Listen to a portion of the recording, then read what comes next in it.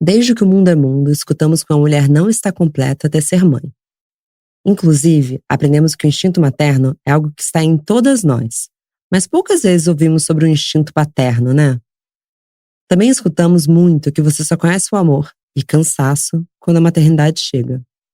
Mas será que essas crianças são retratos verdadeiros, construções sociais ou imposições de uma sociedade extremamente machista? Uma coisa é fato: maternidade e saúde mental precisam andar de mãos dadas. Bom dia, Óbvias! Eu sou Marcela Ceribelli, CEO e diretora criativa da Óbvias. Estou com a atriz e roteirista Ellen Ramos, a Hell Mother, e Suiane Inayá, diretora criativa, para falar sobre maternidade.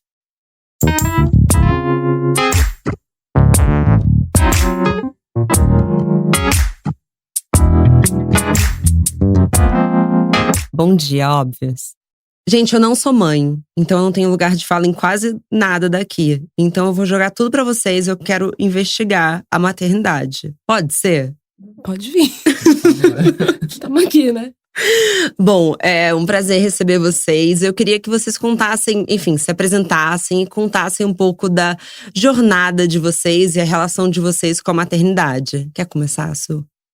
Sim. Eu já ia falar pra ela começar, ainda bem. Falei, vai, amiga. Prazer, gente. Me chamo Suiane. Eu tenho 2 filhos, que é o Theo e a Maia, né? Maia tá com 6 anos agora. Theo acabou de completar 3. E a maternidade, pra mim, ela começou aos 23 anos de idade, muito cedo, né? Onde eu tive a minha filha. E eu era a filha mais nova que falava que jamais ia ter filho. E foi quando eu me vi mãe, cara, pela primeira vez, assim.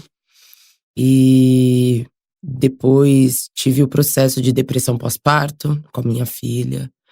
E aí eu descobri naquela parte o que foi o papel da minha mãe na minha vida, assim, sabe? Então, depois veio o Theo, de uma relação que não era fixa, né, com uma pessoa. E nessa hora eu descobri o que é ser mãe solo, que não são do mesmo pai. E, cara, pra mim, depois que eu tive meus filhos, assim, eu descobri a força que eu nunca imaginei na minha vida que eu tinha dentro de mim, que era a força que eu não entendia o porquê a minha mãe tinha aquela força toda, sabe? Foi um momento onde eu descobri muita coisa na minha vida que eu poderia ser, que eu poderia fazer. E eu acho que se eu não tivesse os meus filhos, assim, eu não iria saber quem eu era. Assim, acho que eu ainda ia estar muito perdida na vida, assim. Eu acho que eles são muito o foco da minha vida, de tudo que eu almejo é muito mais pra eles que pra mim, assim. É muito doido, é um sentimento muito louco. É muito foda. E você, Ellen? Oi, fiquei aqui, fui lá longe. Então, eu tenho 32 hoje. Eu acho que eu falava que eu queria ter filho, sim. Falava, quero ter filho, tal. Mas eu sempre falava assim, quero ter filho quando eu tiver uma carreira estável e pipipi, popopó. E aí eu imaginava muito eu tendo um filho assim, com 38 anos, 40, etc. Eu sempre fui uma pessoa que gostou de trabalhar desde muito nova. Eu sei lá, queria sair muito cedo de casa, etc e tal. Saí de casa com 19 anos, então eu trabalho já assim, 2 empregos, esse tipo de coisa. E aí eu falava, tá, quero ter, mas sabia que não encaixava.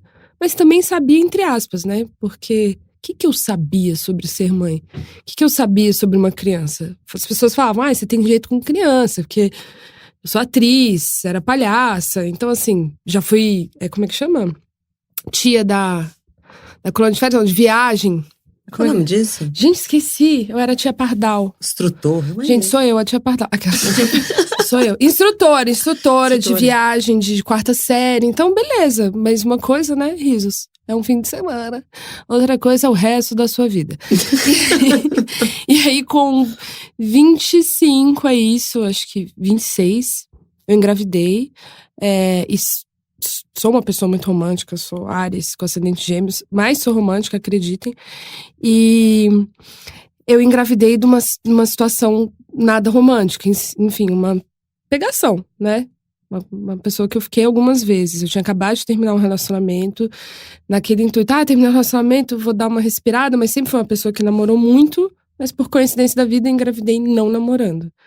E aí foi um choque, foi meio um baque, assim, pra mim, muito mais pela questão, essa construção social de estar me relacionando do que pelo filho. Olha como a gente é besta, né?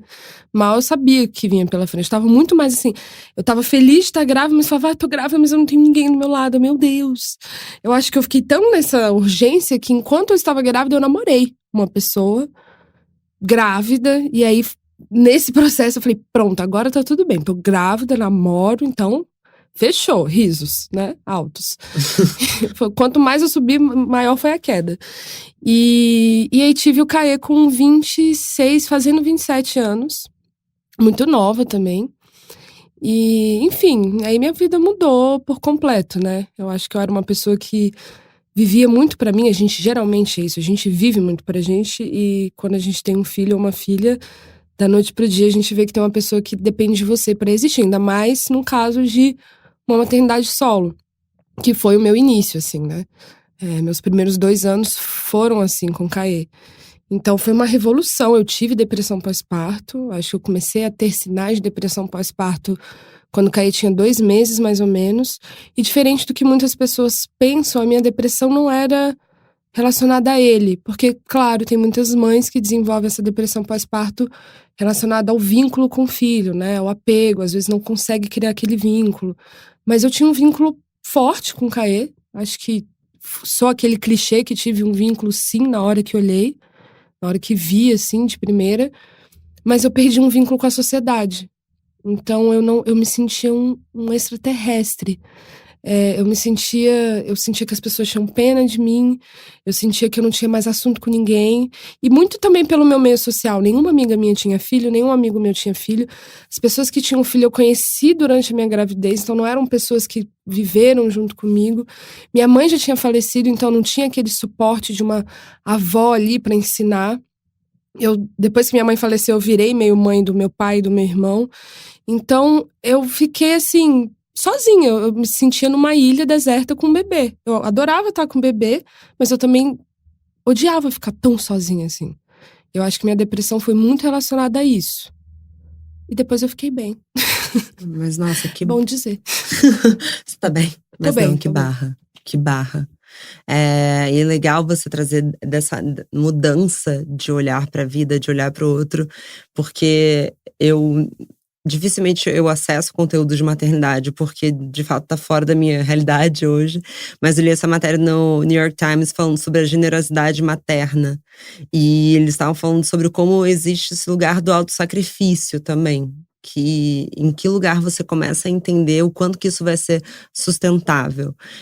Mas é difícil saber também, né? Porque do que eu escuto das minhas amigas que são mães e até estudando vocês, deve ser muito difícil saber qual que é o limite de quando você parou de olhar pra você e tá olhando mais pro outro. Como que é isso pra vocês?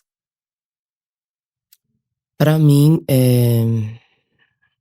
tem um olhar de julgamento muito grande, assim, pelo menos da minha parte, porque chegou um momento em que, quando eu me vi com a minha filha, e depois eu me vi com o meu filho, e aí, separada, sabe? Do pai da minha filha, tudo que aconteceu, me vi na casa da minha mãe, sabe? Eu moro sozinha desde os 17 anos de idade. Então, quando eu me vi dentro da casa da minha mãe, sem entender como alimentar 2 bocas, como eu ia fazer toda essa pressão e tudo que a gente começa a sentir e não saber também como agir naquele momento, depois que eu saí da casa da minha mãe, eu vi a necessidade de eu preciso deixar os meus filhos na mão de pessoas que vão me ajudar a fazer toda esse, como eu posso dizer? Essa correria que eu vou ter que fazer da vida, sabe? E nesse momento, foi quando eu comecei a me julgar por me olhar muito assim, sabe? Porque eu vivi com a Maia durante 4 anos vivendo somente pela minha filha. Minha filha trabalhou comigo desde o começo. E eu trabalhava com produção, minha filha ia junto, eu grávida, o Theo com 12 dias de vida, vivia comigo. Eu não tive esse momento Suiane, assim. E os meus filhos estão há 1 ano nesse trâmite.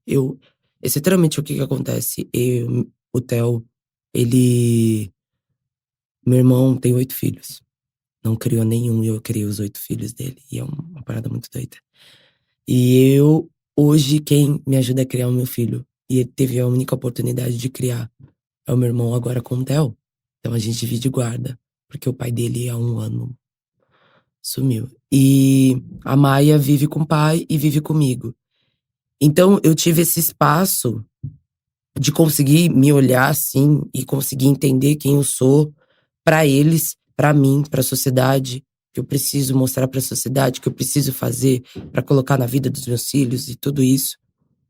Mas tem um auto-julgamento gigantesco de que você se sente menos mãe por ter que fazer um processo como esse, porque você sabe e entende muito bem, eu pelo menos entendo, que eu não consigo, nesse momento, cuidar dos dois somente e fazer o que eu faço e alimentar e ser eu e, sabe, todos os processos.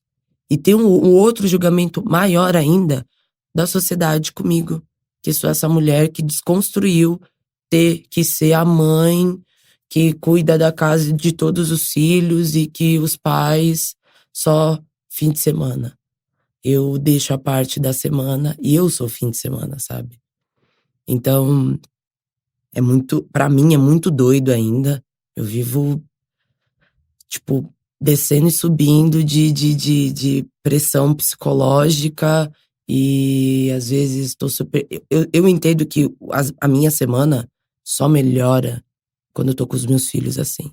E se eu não vejo, porque às vezes acontece de eu estar viajando, fazendo alguma coisa, parece que eu não fiz nada. Parece que eu não trabalhei, parece que eu não paguei minhas contas, parece que eu não resolvi nada. Parece que tá tudo lascado assim pra mim. Então é um sentimento de falta muito grande, mas também um sentimento de impotência, porque eu pelo menos vejo a Ellen, as minhas amigas, muito presentes assim, tipo, pô, meus filhos e tal.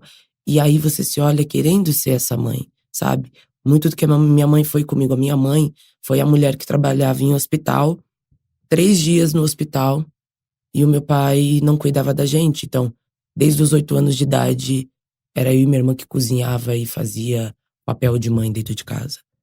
Então, eu sou o reflexo do que ela foi pra mim, porque por necessidade, por falta, por ter que correr demais pra fazer por 5 filhos.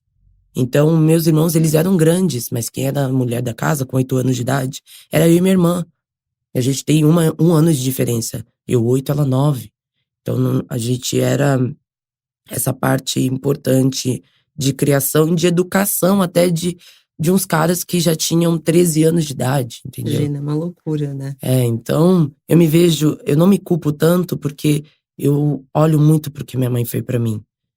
E no momento que me bate essa dor, assim, de entender que eu preciso fazer e que eu preciso ser esse processo pra que amanhã a minha filha também não sofra tendo que fazer a mesma coisa que eu, sabe? Tendo que deixar os filhos, tendo que fazer, correr, porque eu sou 100% deles, assim. Tudo que eles têm de necessidade sou eu quem faço, sabe? Então, pra mim é muito forte ainda falar sobre a questão de me cuidar, porque é um momento que eu gosto muito, mas às vezes é um momento que é muito complexo, assim, que eu me imagino muito nas mães que eu vejo, assim, que era a mãe que eu gostaria de ser, porque é a mãe que a sociedade me impõe a ser. Mas eu entendo que a minha realidade não é essa. Então é um momento onde você tenta não se culpar, mas automaticamente, você sozinha com você mesma, você se culpa 24 horas por dia. Então, quando a Su fala, é porque me vem tanta coisa, eu sinto amor, aí eu sinto raiva, e aí eu sinto raiva porque primeiro que eu vou vir com marnica, assim, né, pra curar um pouco a nossa dor. Olha o quão inspiração você já é pros seus filhos, né? Do tipo, essa mãe maravilhosa, essa mãe correria, essa mãe que trabalha, essa mãe que tá aqui comigo no fim de semana, né? E o que é ser uma mãe presente, né? Que lugar é esse? Porque, assim, quando a gente vai pro consciente coletivo da mãe presente, é uma mãe que vive para os filhos. E a gente eu não quero ser essa mãe que me apagou, que eu deixei de ser quem eu sou para cuidar do meu filho. Essa mãe é muito problemática, essa mãe que se anula sexualmente, que se anula na sua vida de trabalho, e não é julgando as mães que resolvem ficar em casa, né? É realmente trazendo, todo mundo conhece uma mãe dessa, ou já teve uma avó assim, uma mãe que esqueceu de quem era para os filhos, né? E a cobrança em cima desses filhos depois vai ser muito grande também. Então, parece que é um bumerangue, né? Volta com força. E assim, a gente não tem que santificar essa mãe 100% presente, né? A gente tem que analisar esse contexto. E outra coisa, é um projeto muito bem estruturado, né, minha gente? Esse tal do patriarcado. Sim. O povo pensou bem. Não foi assim. Não foi assim uma reunião, brainstorm de uma reunião, não. É um projeto estruturado, assim, de décadas, né? Um projeto junto com igreja, com patriarcado, com as grandes empresas. Que lugar foi esse na história que falaram, gente, vamos só falar que as mulheres boas são as que têm filho e as que vão cuidar dos filhos? Pra gente ficar aqui na lida, aqui nas decisões. Mas vamos lá. Então, assim, nós todas aqui nessa mesa crescemos com essa repetição de valores, de que a boa mulher é aquela que, primeiro, que tem filho, segundo, que cuida bem do filho. Na sua fala, é engraçado como a gente culpabiliza responsabilizar os nossos filhos para outras pessoas, para essa rede de apoio. Você fala, eu deixei na mão do meu irmão, você não deixou, né? A gente não tá deixando o filho na hora que a gente pede alguém pra cuidar. E a gente tem que pedir, né? Porque não deveria. O mundo ideal, que eu penso daqui a uns anos, é quando isso não vai ter mais que ser pedido, quando esse peso, essa anulação feminina, porque a maternidade também ela pode ser uma coisa incrível, e ela é incrível, mas ela pode ser um projeto também de anular sonhos e a vida de uma mulher. Sabe? Se a gente não se impõe, se a gente não vai atrás do que a gente quer, se a gente não lembra quem a gente é. Eu acho muito... O que é uma mãe presente, assim? E a gente tem uns recortes sociais também. Existe a mãe, por exemplo, a minha mãe saía de casa às 8 horas da manhã e voltava 9, 10 da noite, porque ela fazia hora extra. Ela era funcionária pública. Então eu tive outra pessoa que me criou também, que, enfim, projeto colonialista, uma empregada doméstica, né? Que é a Ângela, enfim, mora com a gente até hoje. Foi uma pessoa que anulou a vida dela, não teve família e tal, morou com a gente, mora até hoje. Uma senhora já.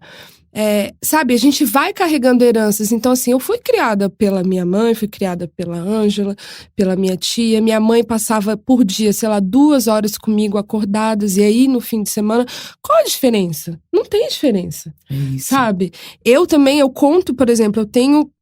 Ellen, então a gente não tem que ter babá. Eu acho que, assim, minha opinião... Por favor. Branca. Tenha babá e seja justa se você precisar, obviamente. Eu preciso ter uma babá 2 vezes por semana. Mas qual a diferença de eu falar, cara, eu não quero continuar um projeto colonialista, escravocrata? Eu não vou pagar mal essa pessoa. Porque, assim, eu sei muito bem que o salário que eu pago pra minha babá, existe mãe na escola do meu filho, que é Tsilele Alternativa, que paga o mesmo salário pra mulher que vai pra lá de segunda e fica até sábado dormindo. Então, assim, a gente sabe o que é um bom salário, a gente sabe o que é justo. A gente trabalha, a gente recebe. Então, a gente sabe o que é justo você pagar por um trabalho tão importante, tão difícil. Essa pessoa também tá educando seu filho, essa pessoa tá ali diariamente, sabe? Enfim. Mas é isso. Mulheres, não sintam tanta culpa. Eu também sinto todos os dias. Mas eu sinto, respiro e falo, não vou cair nessa cilada patriarcal. Culpa materna é uma cilada patriarcal. Ai, desculpa, gente. Militei. Desculpa, não. Isso tá sendo uma aula.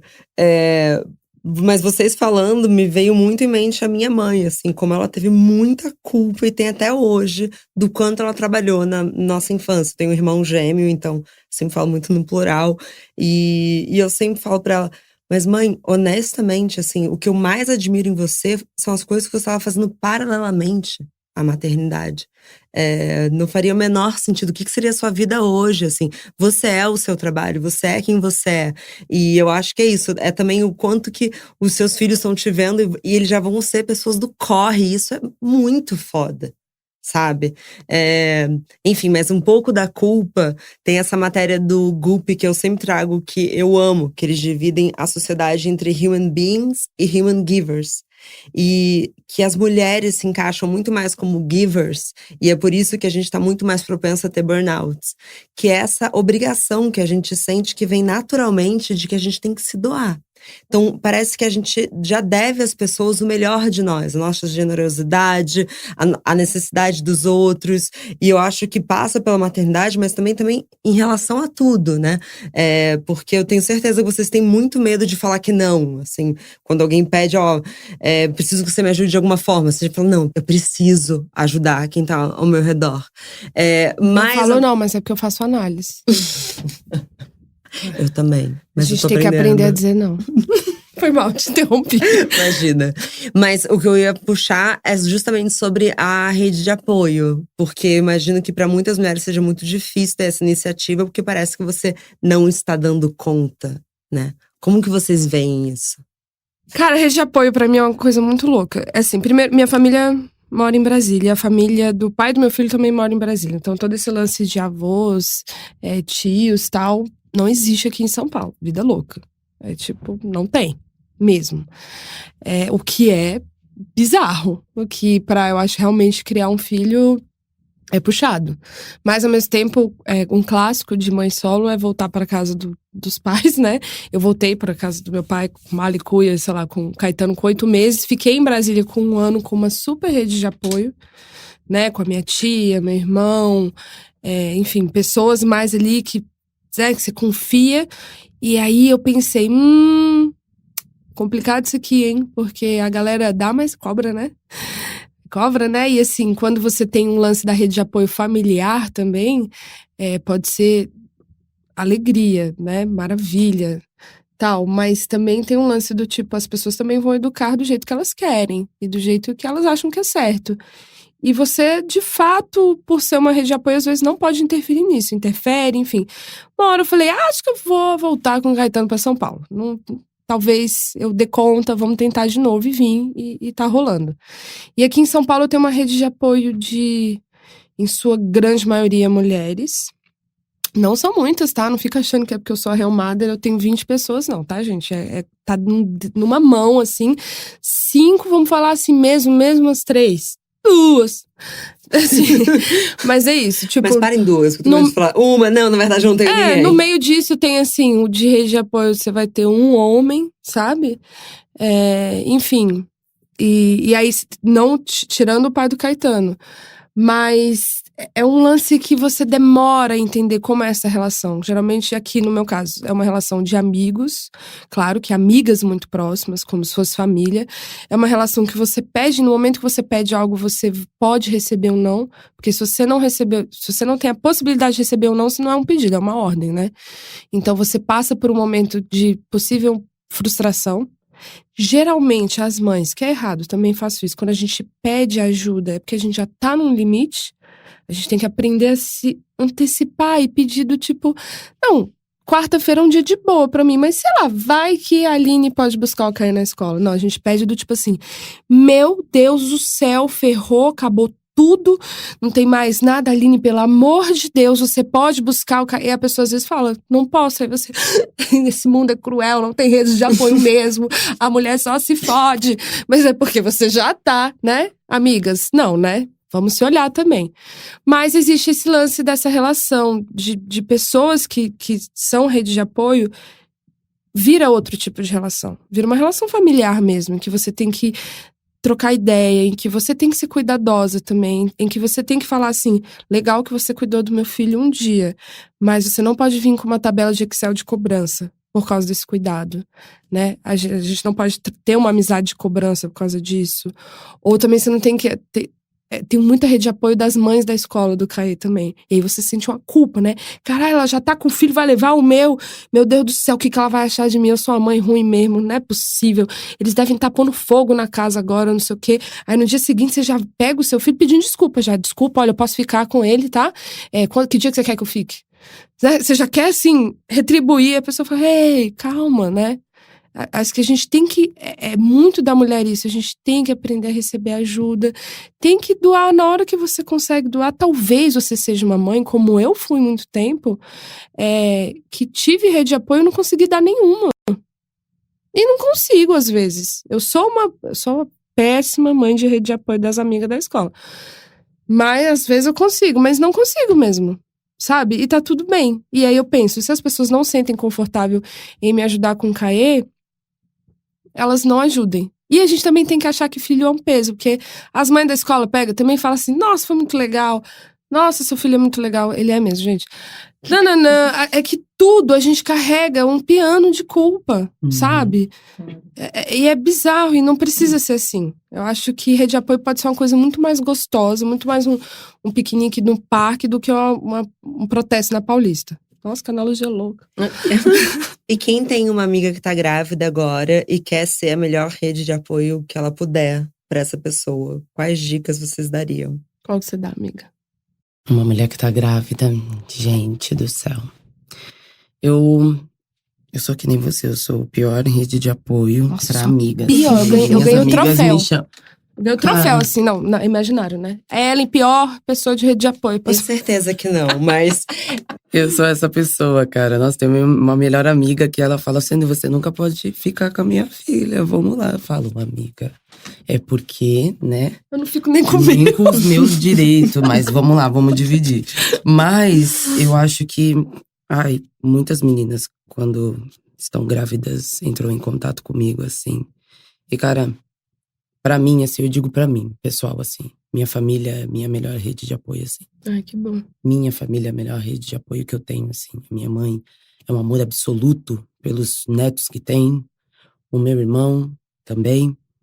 Então, o que eu posso aconselhar pra essa pessoa, se a família dela tá totalmente aberta pra ter essa experiência e ajudá-la nessa experiência, vai que vai, amiga. E é uma nova relação, né? Na família que se constrói depois de ter filho. Eu falei aqui mal de Brasília, até, gente, mas você vai ver meu Instagram.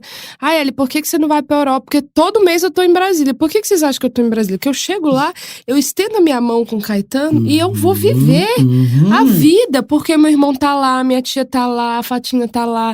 Meu irmão acorda, leva pra feira, faz não sei o quê. Eu volto, a criança tá tomada banho, tá alimentada, tá feliz, tá falando umas besteiras de Jesus. Umas coisas doidas que eu falo, nossa, graça. No início, Caetano tinha um ano, eu falava, meu Deus, não é assim que ele quer, meu filho. Agora eu falo, faz o que vocês quiserem, vocês amam ele. Isso eu não tenho dúvida. Ele ama, o Caetano implora pra ir pra Brasília. Então, assim, é incrível. Brasília, pra mim, é a Disney. Que eu nunca fui na Disney, mas deve ser assim. Deve ser assim, você abandona seu filho e vai curtir a vida. Vai curtir. Vai fumar na Califórnia, óbvio. Vambora, Disney, Brasil. Eu vou lá pra água mineral, é tudo. Aí as pessoas falam, me encontra na água mineral. Realmente, cadê o Caetano? Eu falo, meu amor, aqui em Brasília ele não anda comigo. Todo mundo que me encontra em Brasília é raríssimo você ver o Caetano comigo. Raríssimo. Só quando eu dou saudade, bate a culpa, eu falo, eu vou levar meu filho no parquinho, aí eu levo. Mas quando você fala isso, eu penso que muitas vezes quando a gente pensa em rede de apoio, a gente foca no bebê. Mas apoiar também é ajudar a mãe a viver, né? Pra mim é isso. Mesmo. Total, até porque bebê só fica bebê durante 1 ano, 2 anos, né? Passa. Total. Depois disso, passa. Rápido Deus demais. do céu, ontem o Theo tinha 10 dias, sabe? Pesava 4 quilos. Criança hoje é um dinossauro. É a fase mais difícil quando é nenê? Pra mim, a fase mais difícil é quando começa a andar. Nossa, tira… a coluna acabou. E tira as coisas do armário. E você parece que você fez crossfit todo dia. Sério, é puxado mesmo. Quando começou a andar, eu senti uma exaustão que me dava um pouco de desespero, assim. Porque não quer mais colo. Ele quer ser independente, ele quer ir pro chão, qualquer lugar. E ele te chuta. Ele te chuta. Você pega no colo, e aí você tem que correr atrás do bebê, carcundo o dia inteiro, alimentar, e aí o dente, e não dorme também ainda, não tá dormindo. Você chega 8 horas da noite, meu amor, você realmente é melhor Deus levar. Porque você você é o Walking Dead.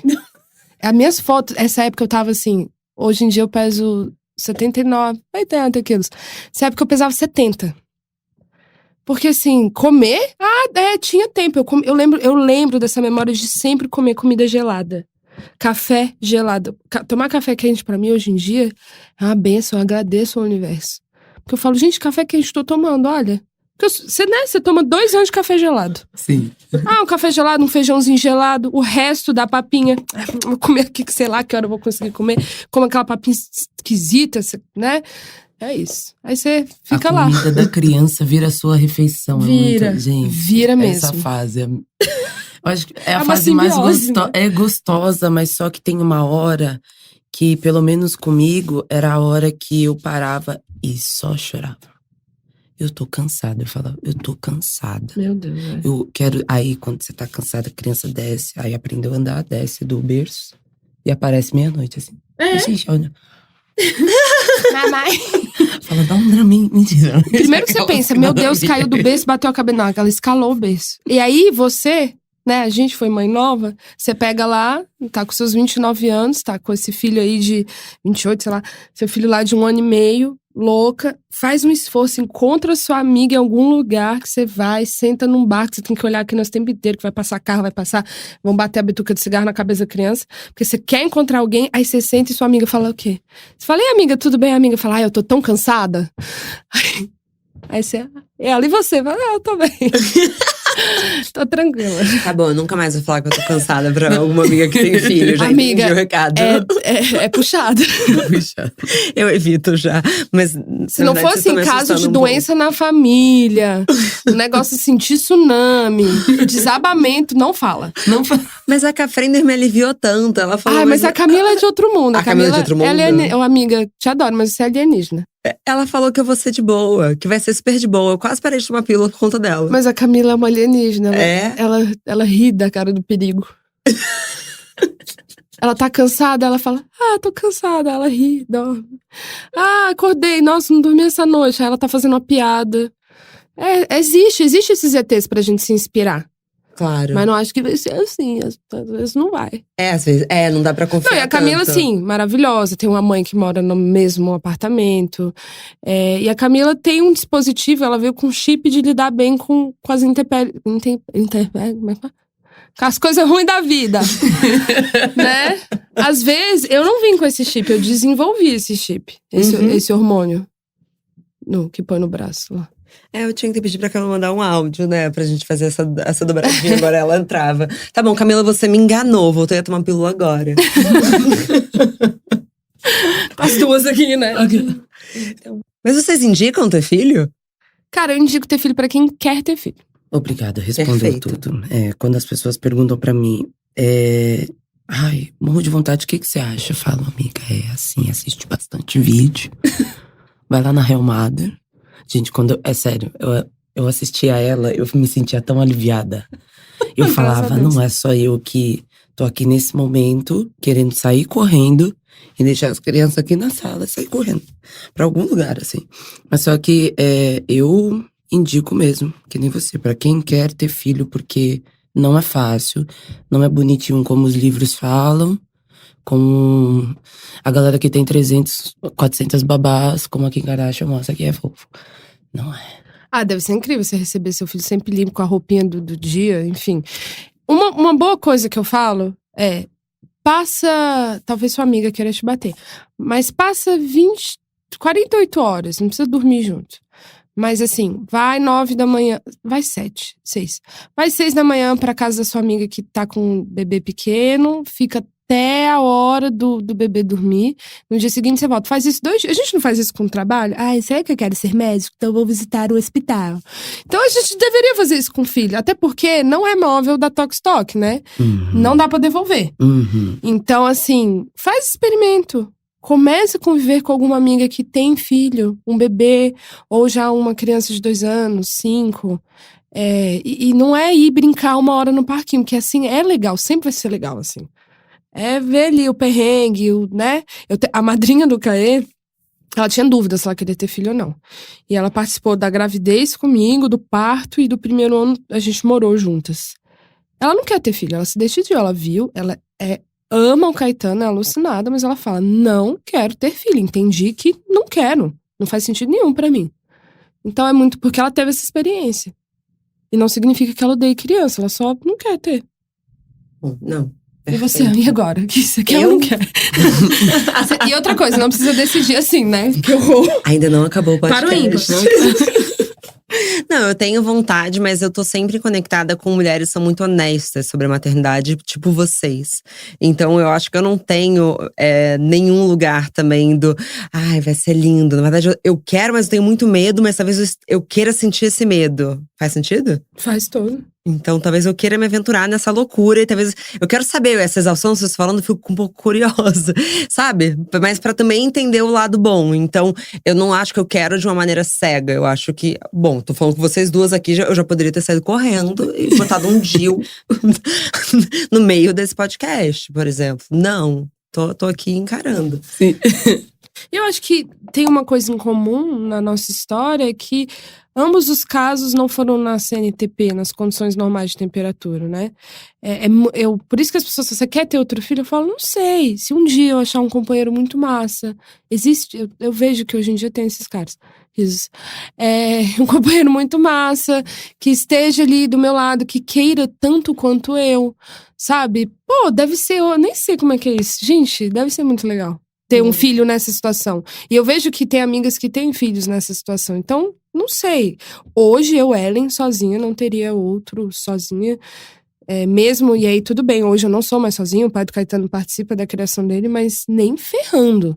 Nem ferrando mesmo, assim, nem a pau. Vou comprar minhas plantas mesmo e regar elas, mãe de planta. E é isso. Agora, se, né, amanhã eu resolver dar esse feedback pro Cauã Raymond e tal, eu não sei. Não, perfeito. Na verdade, você antecipou a próxima pauta, mas quero era Cauã Raymond. Que era Cauã Raymond. Vocês teriam um filho com Cauã? Não. Com o Cauã, vale a pena ter filho? Olhando sério, assim, ó. Não. Deixa isso lá pra Mariana Goldfarb. Mas era sobre… É sua amiga? Mariana, desculpa, não queria ofender. Não, acho que ela não escuta. Ele tá no consciente coletivo mas do se ela desejo escutar, feminino. tudo bem, Não, mas ela é gata também, acha tudo bem. É bonito. Façam bebês, inclusive. Gente. Quer dizer, só se ela vocês quiser. quiserem. Tô treinada já. Cauã acabando com a nossa vida. Não, a pauta era paternidade. Paternidade. Ai, gente, que loucura, né? Bom, quer falar primeiro, amiga? Tá bom, vou falar. Menino, que babado. Tá, assim, eu assisti um filme recentemente, lá, A Vida Invisível, né? Que tá lá no Oscar, então acho que a galera vai assistir, porque tá concorrendo ao Oscar, do Karim Anuis. E o A Vida Invisível, ele tem pais de gerações diferentes, né? Esse pai dos anos 20, esse pai dos anos 50. E quando você assiste, eu que tenho 32, você lembra também do seu pai, assim. E os homens estão mudando, né? Apesar de que você vê o filme que fala muito de opressão feminina, você vê o filme, vê duas mulheres, duas irmãs dos anos 40, e pra agora, pelo menos na nossa bolha, porque isso ainda acontece muito, você vê o tanto que as mulheres se transformaram. O tanto que os anos 40 para hoje, 2019, realmente é um universo de distância para mulheres. Mas, ao mesmo tempo, você vê os homens desse filme, o pai dos anos 20 e o pai lá dos anos 40, que até quem faz é o Gregório de Vivier, você ainda conhece muitos homens parecidos e iguais. Então é assustador isso, né? Ao mesmo tempo que, sim, a masculinidade… Porque a gente fala de paternidade é falar de masculinidade. A masculinidade, sim, está se transformando, mas ela está se transformando dentro de uma bolha em que homens… Galopes lentos. Em que homens que convivem com mulheres feministas, homens que convivem com mulheres fortes, que são… Que a gente impõe praticamente que esses homens sejam transformados, né? E também os nossos filhos, que a gente está transformando agora.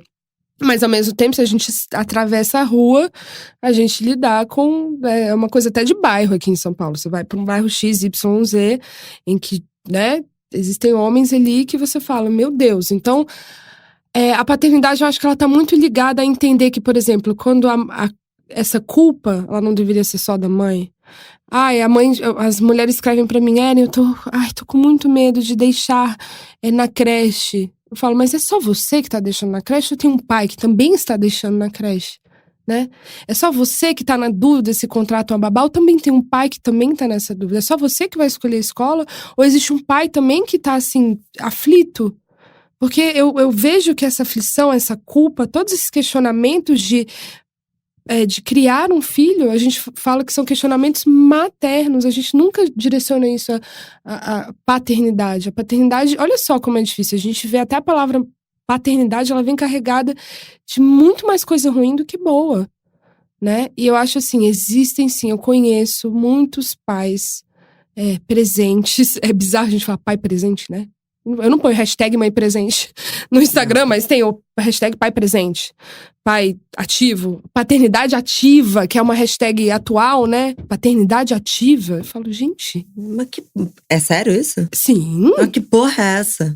É o pai que é pai e exerce a paternidade. Porque tem o pai que não é pai.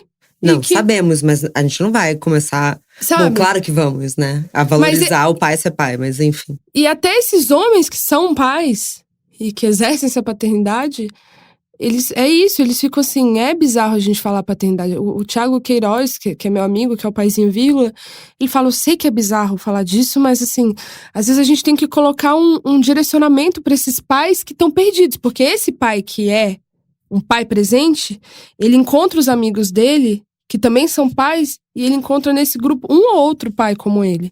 Um ou outro pai pra ele trocar ideias sobre ser… Cara, minha filha tá passando por isso, minha filha menstruou, o que você acha que eu falo? Pô, meu filho tá com o dente nascendo, o que você tá fazendo? Ou do tipo, cara, minha mulher tá complicada, tá com depressão pós-parto. Como é que tá sendo com você? E assim, que homem é esse que a gente conhece que se abre, né, com os amigos? Então, assim, tá muito relacionado a uma masculinidade que está passando por uma transformação. E é complicado, enquanto esses homens não se transformarem como homens e não acessarem a sensibilidade deles, a possibilidade de amar, a gente ainda vai ter muito pai ausente, muito pai ruim. Lixo. Eu sou o reflexo da falta de paternidade, principalmente na família, e eu mesma, né? Então, meu pai, aos 8 anos, foi embora de casa. Mas é muito engraçado como dentro da minha família também é esse recorte, né? Em que o pai é pai físico, mas são só as mulheres que fizeram esse papel de pai e mãe. E algumas vezes apareceram para fazer essa parte, né? Eu posso dizer que acho que um casal da minha família tem essa presença do pai e da mãe, assim.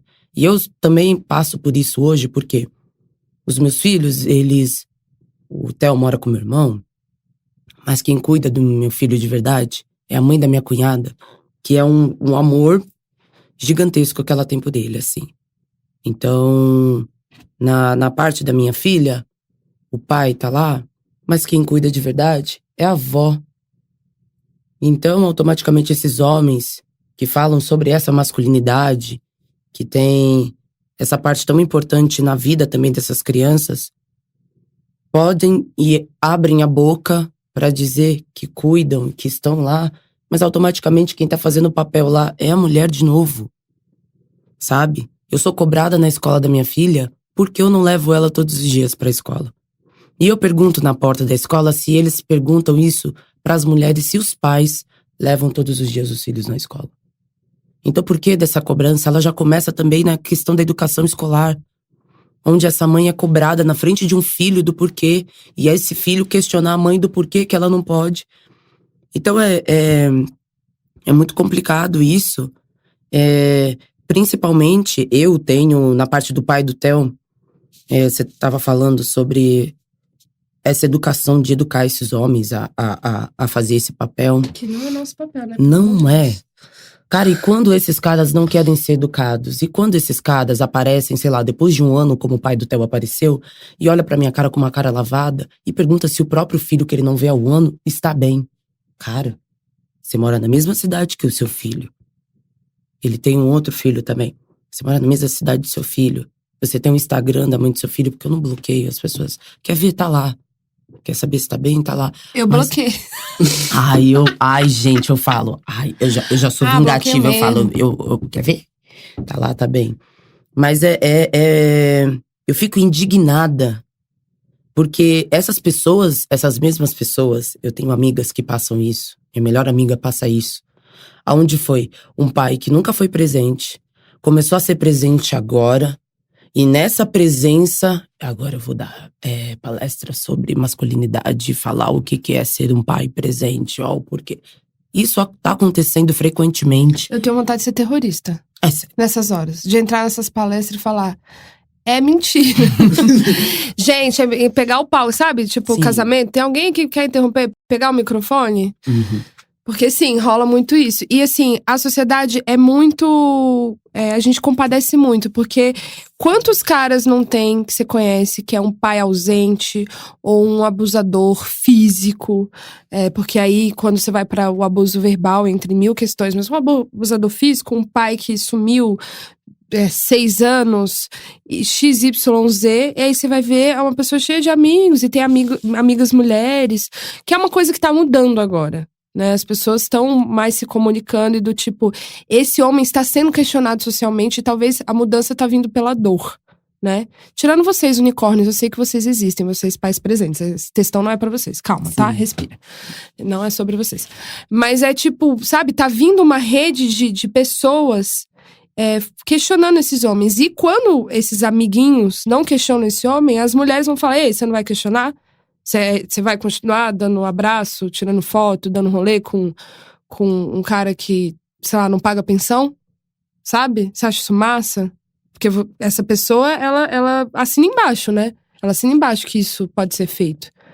Só que, sei lá, mais uma vez a gente tá falando de uma bolha, né? E é muito engraçado como essas mesmas pessoas que apoiam esses caras estão na internet publicando e compartilhando textos e matérias e coisas que defendem essas mulheres, mas automaticamente você pega na mão do abusador e sai andando. Então, é muito disso. Eu vivo isso com o pai do Theo mesmo. Tipo, é uma pessoa que não aparece. Mas se você vai ver, tá sempre com um tênis novo do ano, na balada, com sua garrafa na mão e sorrindo pra todo mundo como se nada tivesse acontecido. Então, esse reflexo desses caras que vão lá, batem de frente, batem no peito pra falar que são pais, mas lá aqui no offline, fora do Instagram, fora das matérias, fora da mídia… Então, Eu tô sentindo muito ódio, desculpa o que você tá falando, eu tô com vontade de… Mas enfim. Mas é também como a sociedade normaliza isso. Sim. Sabe? E ai da mulher que, entre aspas, abandona o seu filho. Meu Deus do céu, queima ela na fogueira. Porque é isso, o Ale Mortágua, que é meu amigo, que apresenta o podcast comigo, Queimando Filme, que é filho de ninguém mais, ninguém menos que Edmundo, jogador. Posso falar porque ele foi na Luciana Gimenez e falou, Ale? Que teve um pai ausente a vida inteira, que fez um documentário, virou cineasta, uma bicha maravilhosa cineasta, que fez o documentário Todos Nós 5 milhões. Sabe por que chama Todos Nós 5 milhões? Porque 5 milhões foi o número, sei lá, em 2014, de crianças sem registro do pai. Crianças matriculadas na rede pública sem registro do pai. Imagina as que tem o registro do pai e o pai não tá lá, né? E o Ale fala de abandono paterno, porque ele teve um abandono paterno de um cara… Ai, pagou pensão? Pagou. Nunca teve uma relação. Que merda, que dinheiro é esse? Que merda de pensão é essa? Tem vários níveis de abandono, né? Tem um nível de abandono financeiro, um nível de abandono financeiro e afetivo, sabe? E a mãe do Ale que criou um filho sozinha sempre. Ela recebeu dinheiro, ela criou, gente. Ela criou um filho… sozinha, entendeu? E o Ale vai lá e fala, vai lá na Luciana Gimenez e fala, não tive pai, não adianta falar, não tive, sacou? Então, assim, é um abandono que é… E assim, esse cara foi lá, continuou sendo jogador, não, é uma pessoa aí hoje. A gente tem vários casos de pessoas famosas, né, que abandonaram filhos. E assim, pense numa mulher famosa deixando de ser mãe, abandonando um filho, acabou a vida dessa mulher. Então é um peso patriarcal. O aborto masculino existe. O aborto feminino é proibido e você pode ser presa. O aborto feminino mata mulheres. O aborto masculino é aceito e é contínuo. Assim, é muito sobre isso. Legal, super leve, assunto paternidade. Não, e dentro disso também, eu me sinto muito culpada, porque no momento que eu me sentia muito, muito perdida na maternidade do Theo, grávida, aí o filho nasceu. Gente, eu tive pré-eclâmpsia. Eu quase morri numa mesa de operação por erro médico. Então, aí você sai toda traumática. Mas você tem que deixar a filha que o pai dele registre. por mais que ele seja ausente. E aí você entra numa coisa que é tipo assim, porque a Nossa senão… Senhora, né? Você quase falou, não é mesmo? Eu vou lavar as minhas mãos. Eu vou isso, é a generosidade sem fim. Então, eu vivi isso de tipo, você tem que deixar ele ver. Ok. Você tem que deixar ele registrar. Eu deixei tudo possível. Eu posso dizer, a questão de pensão. Gente, eu não julgo quem precisa de pensão, porque eu conheço mulheres que sobrevivem com R$300 que o crápula dá pra elas. Mas eu dou graças a Deus que eu nunca pedi 10 centavos pra comprar a bala ali na esquina pro meu filho. E como a gente é obrigada… mas por que você não pede pensão pra ele? Porque você… Gente, parece que é um dinheiro que vai ser muito importante pro meu filho sobreviver. Mas o que é importante pro meu filho sobreviver é ele entender tudo que eu faço pra ele diariamente. O meu maior medo é que o meu filho um dia olhe pra mim e fale: você foi ausente. Você nunca esteve aqui. É o meu maior medo, porque eu fui essa pessoa pra minha mãe quando eu vi que ela não tava em casa. Mas quando eu entendi, isso. quando eu ressignifiquei, e aí eu entendi e falei assim: se você não tá em casa, porque eu preciso me alimentar e preciso me vestir. Com 12 anos de idade. Então, eu entendi, e hoje eu entendo que eu sou essa força porque ela precisou ser pra mim também. Mas como é engraçado que pra eles é tudo muito normal. Como eles passam do nosso lado e olham que tipo… Dane-se, eu não te ajudo com 10, com 15, com 20, dane-se, se vira. Você não é forte. É como eu me sinto e eu vejo, é como minhas amigas também se sentem e vê, sabe? Que o cara vai lá te dar R$200 de uma pensão e olha pra sua cara e fala: se vira com R$200. Compra roupa, alimenta, paga as contas, se alimenta também, se vira. Porque eu tô dando dinheiro pra você. Eu tô dando dinheiro pra você. É o que eles falam, né? Tô dando dinheiro pra você gastar. Aí você fica tipo… Como existem mulheres, principalmente dentro de periferia, que eram as minhas amigas e que viviam esse recorte e que automaticamente falavam: Suiane, o salário que eu recebo, eu preciso desses R$200 pra alimentar meu filho, pelo menos pra comprar isso, sabe? E o cara enchendo o peito na rua pra falar que alimenta o próprio filho, que cuida, que faz, que acontece. E que trabalha um clássico. Trabalha muito. Porque assim, o Caetano sempre teve pensão já, né? Fiz um acordo de pensão grávida já. E aí, um clássico que eu já vi em livros e tal. Uma prima minha falou. Um clássico eu tô, né? Quando tem aquele momento ali que o pai não começa a ver o filho. E aí, tipo… Que eu recebo muitos e-mails, que né? Porque ele trabalha muito pra poder pagar essa pensão. Né? Então trabalha muito pra poder pagar essa pensão. E, enfim, eu acho assim, que se você quiser ter uma pensão, tenha, é seu direito. Mesmo, se não tem essa presença afetiva. Não, mas ele é presente e tal, nananana, mas ele não consegue pagar uma pensão. E aí, muitas das vezes, esse cara não consegue pagar uma pensão e ter uma qualidade de vida incrível. Lembre-se de uma coisa, se você é pai e mãe, falando de um casal heteronormativo aqui, o seu filho ou sua filha tem que ter o mesmo nível de qualidade de vida de quem tem o maior nível de qualidade de vida. Então a gente tem, a fulana engravidou do jogador de futebol, que piranha, só queria a pensão. Aí a fulana lá tem um custo de vida de R$3.000. E esse jogador de futebol tem um custo de vida de R$50.000. Por que o filho dele tem que ter uma qualidade de vida da mãe e não do pai? Ele tem que ter a qualidade de vida. E isso vice-versa, se for a mãe também. Claro. Tem que ter a qualidade de vida de quem tem a maior qualidade de vida. E é isso. E quem tem a maior qualidade de vida tem que arcar com essa maior qualidade de vida. Quando muitas das vezes esse custo não tem que ser dividido. Sabe? Então, assim… e aí, gente… Ligue para o seu advogado. Mas assim, a questão da pensão não é tão preto e no branco, assim. A gente tem que entender que existe toda uma escala de cores aí nesse lugar que você tem que analisar e que é um direito da mulher. Se você se sente confortável, peça. Eu, que recebo pensão desde cedo, recebi o questionamento clássico, que foi até o primeiro episódio do meu canal, que foi amigas próximas. Uma pessoa próxima chegou pra mim e falou: tava muito sem grana, né? Não conseguindo mais trabalhar, trabalhava com audiovisual, não conseguia mais pegar nenhum freela. meu filho pequeno, e eu recebi a questionamento. E aí, no fim de semana, eu tava morando em Brasília, o que eu fazia no fim de semana? Chegava, sei lá, numa sexta, saía, tomar uma cerveja, sentava num lugar, né? Aquele alívio. E aí eu fui muito julgada, né? Que o meu filho tinha 1 ano, eu tava saindo, né? Que é isso, meu Jesus? E outra coisa, você não tá reclamando se tá sem dinheiro, se tá tomando cerveja? Não, pelo amor de Deus, que é isso? Quem mexeu, mulher? E aí eu recebi o questionamento que foi: será que você não tá gastando dinheiro da pensão que você tá recebendo com coisas para você? E aí, o que você pensa no momento? No momento você quer mandar o seu extrato do banco, e aí no momento você quer mandar o custo de vida do seu filho, que nunca é um custo de vida da pensão. E mesmo que seja dividido, nunca é metade daquilo. E aí você quer se justificar pra essa pessoa, e depois você fala assim: caraca, o quão injusta essa pessoa tá sendo com uma mulher. Sabe? O quão injusto é você chegar pra uma mulher que é mãe, que cria essa criança, que geralmente quando uma mulher recebe pensão, ela já está criando esse filho. E aí ela é questionada se o dinheiro... Porque, claro, ela engravidou pra ter uma pensão. É óbvio. Meu sonho era ter esse salário de pensão.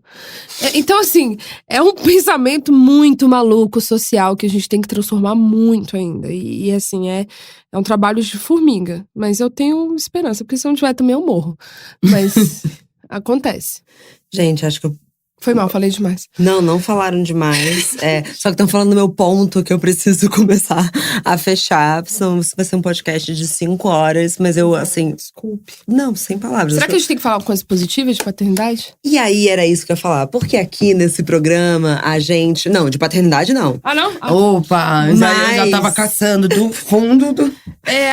Mas de maternidade. Eu acho que, assim, pra gente finalizar, eu gostaria que vocês dissessem palavras de acolhimento pra mães e talvez para também mulheres que se sentem pressionadas a terem filhos e não querem ter filhos. Gente, é só uma coisa que a gente falou aqui, tanta coisa assim, que as pessoas daqui a pouco vão falar assim: mas meu Deus, essas duas são mães? Misericórdia. Nossa, vamos pedrejar a casa delas. Mas eu entendi da maternidade assim, eu amo muito ser mãe. Amo muito, independente de toda dificuldade.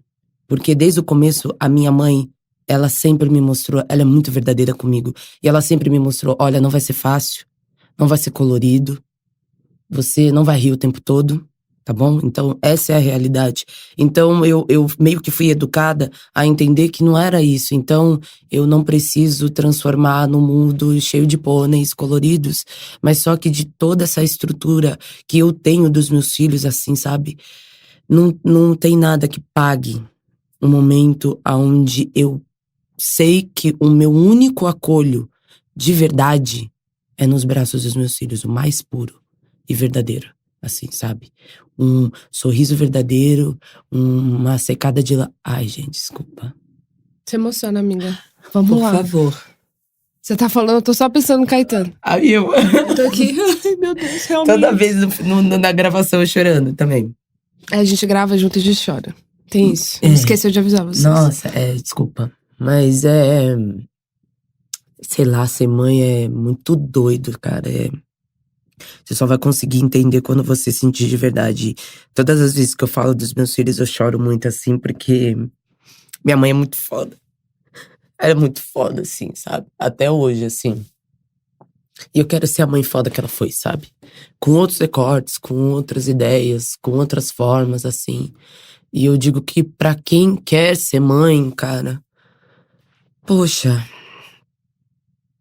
se estrutura aí, porque é punk nos momentos que tem que ser punk, mas você pode ter certeza que nos momentos que você mais precisar de alguém, você vai encontrar em um lugar ali que você sabe que é o seu filho, sabe? É uma fortaleza gigantesca, assim. E dorme, tá, querida? Se você tá grávida… Dá uma dormidinha. Dorme 9 meses, dorme. E se você tá com um filho pequeno, você vai voltar a dormir. Fica calma. Vai voltar o sono, vai vir. Eu voltei a dormir quando o Caio tinha 2 anos. Eu sobrevivi. Deu uma envelhecida? Deu uma envelhecida. Mas tá tudo bem, vai passar. Não desespera com esse negócio de criança não dormir. Criança não dorme, bebê não dorme mesmo. E depois começa a dormir. Mas vai demorar um pouco, talvez. Mas vai dormir. Ser mãe é muito emocionante. Uma vez eu tava grávida, e um amigo meu viu que eu tava desesperada, e ele é um pai massa e presente. Aí ele falou isso pra mim. Ellen, ter uma criança é muito emocionante. Vou te dar um exemplo. Eu fui deixar minha filha hoje na escola e a filha dele já tinha 6. Hoje em dia ela já tem uns 2. A filha do Tito. Eu fui deixá-la hoje na escola e aí eu abracei ela e ela entrou. E aí quando eu abracei ela eu tive muita vontade de chorar. É isso que eu posso te dizer sobre o que é ser pai ou ser mãe. Aí eu tava grávida e eu fiquei, cara, mas todo dia ele deixa ela na escola. Ele abraçou e quis chorar. Aí eu falei, mas você quis chorar por quê? De tristeza? De desespero? Ele falou, não, de emoção. É emocionante. É uma loucura. E eu fiquei com isso na cabeça. E depois, de fato, depois que o Caio nasceu, eu entendi. Eu falei, cara, é uma loucura. É tipo, é uma trip que não tem fim. Tem dias de bad trip e tem dias que é uma euforia e é maravilhoso. E você fala, valeu tudo a pena. Eu faria 80 vezes de novo. E tem dia que você fala, misericórdia, o que eu fui arrumar? E aí, ai, é maravilhoso. E assim, de fato, é a pessoa que eu mais amo na vida. Ai, só eu sendo mãe que eu vou sentir esse amor? Não, mas talvez você nunca sinta o amor materno. Você vai sentir o amor de irmão, o amor pela sua companheira, seu companheiro, o amor de pai, né, pelos seus pais, e você não vai sentir esse. Você não vai ser menos pessoa por causa disso, de jeito nenhum. Mas realmente o amor de uma mãe para o filho é uma coisa diferente mesmo. Não tem como eu falar que não é também, que aí eu vou estar mentindo. Você entrou num ponto aqui. No caso que eu escolhi ter filho. Porque pode ser que você tenha um filho e nunca ame ele também. Acontece na vida, acontece na TNT. Você entrou nisso dele deixar ela na escola um dia, gente. Eu tava um caos, assim. Aquela bad existencial, assim. Ai, vou ter um troço, vou dar uma artelada na cabeça. Vou tomar um Dramin só pra dormir o dia inteiro. Um dia a Mai olhou só. Falou, você tá tão maravilhosa desse jeito, minha menina. Aí fez que não é, porque tá chorando, que ridículo. Né? Ai, mamãe, o que você desaba, tá chorando? porque é muito de verdade. É. O que eles falam é muito de verdade. Você sente quanta verdade sai, assim. Você olha pra aquela carinha não vai mentir pra você. Sim, criança é uma coisa… É muito maravilhoso você ter a Sim. oportunidade de ver uma criança, assim, de participar dessa criação, de entender ali que o que você faz é muito importante, relevante, que seus exemplos são importantes. Então você fala assim, talvez eu tenha que transformar algumas coisas aqui que eu tava com preguiça. É muito transformador, é tipo assim, é um grande projeto mesmo. E é massa. Pra quem quer ter, é muito massa. Pra quem não quer ter, não tenha.